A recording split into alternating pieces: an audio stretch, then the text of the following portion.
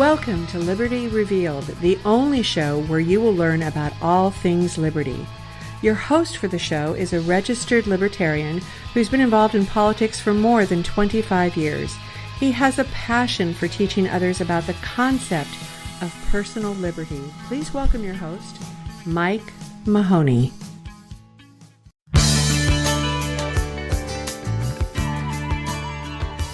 Do you miss the glory days of talk radio where the hosts knew their stuff and were not spreading fake stories?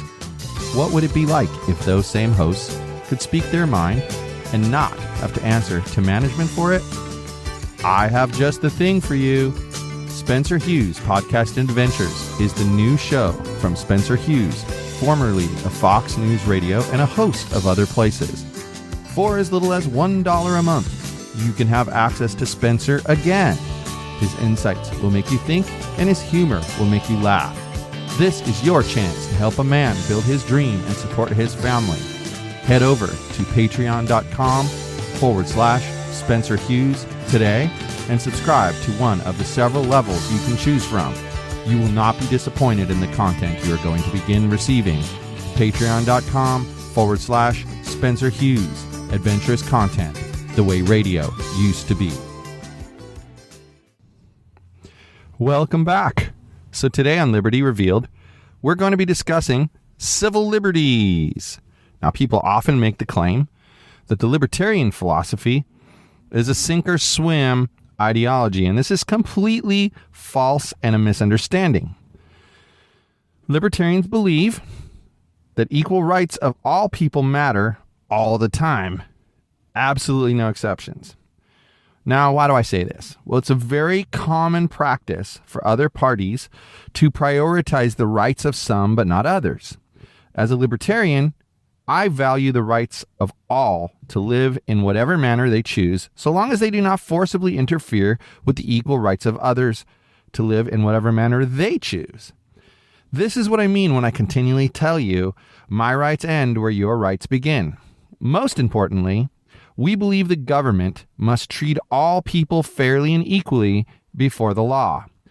There are many things libertarians seek to protect. So as each new episode of this podcast is released, I'm going to continue to go through some of the issues for you and explain my own stance on them. Because you see, it's not enough to just understand where a party comes from. You need to understand the logic behind that as a normal person sees it. So today, let's discuss my stance on freedom of speech and why I think it's so important. So, freedom of speech. It's the cornerstone of the United States. If we take a step back and we look at liberty, we find that our most fundamental right is our right to our own lives. We have the right to pursue our values without interference from anyone. We also have a right to defend our lives from violence. Only when we have true freedom to live our lives will we be truly free. Makes sense, right? Freedom of speech comes in right behind the idea of freedoms to live our lives how we see fit. We cannot pursue our own values, we cannot create or exchange values, or peacefully defend our rights if we are under constant threat of being punished for saying the wrong thing.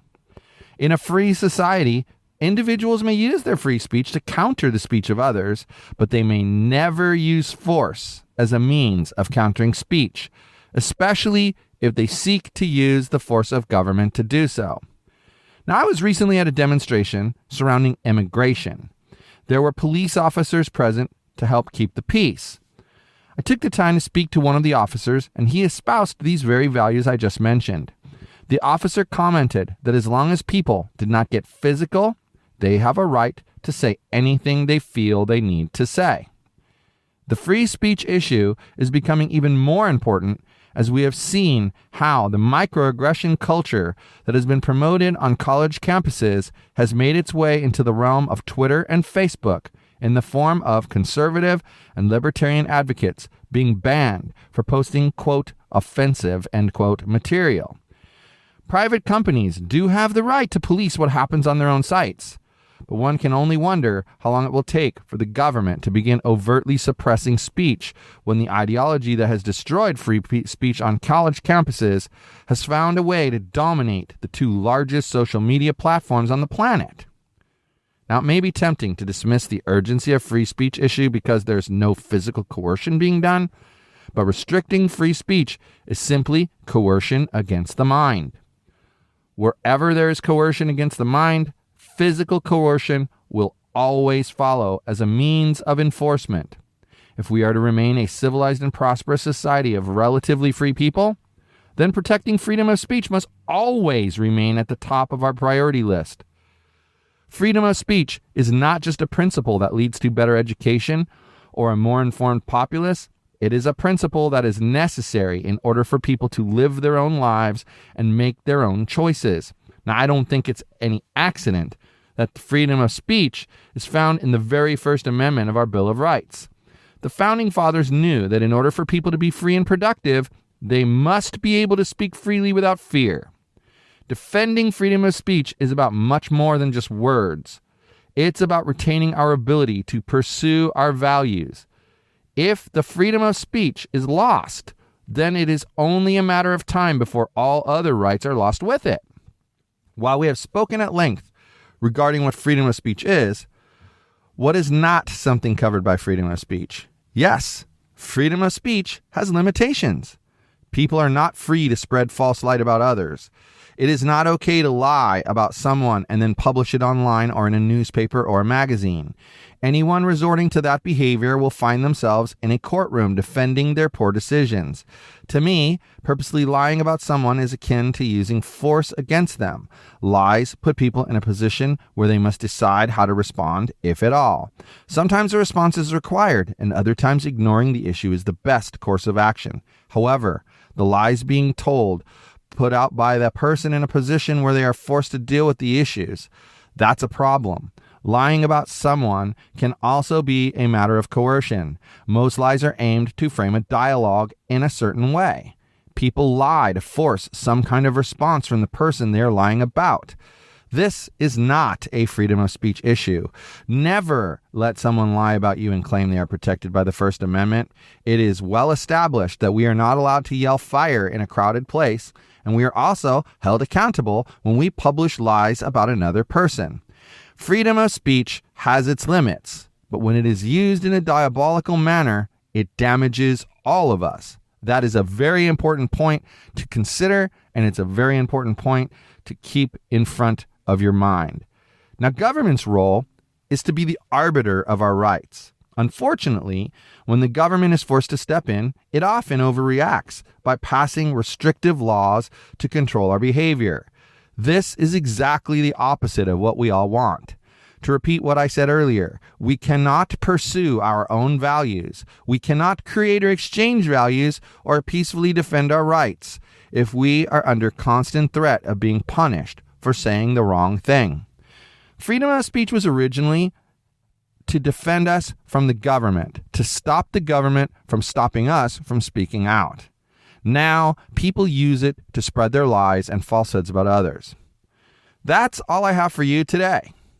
If you want to find out more about personal liberty, go to http://yogispodcastnetwork.com/Liberty Revealed to pick up your free copy of my ebook called, appropriately, Liberty Revealed. And thanks for listening. I am a big believer in personal liberty. To me, my rights end where your rights begin. What this means is laws should ensure that your freedom to live your life as you choose does not impact everyone else's freedom to live their lives as they choose. This is personal liberty.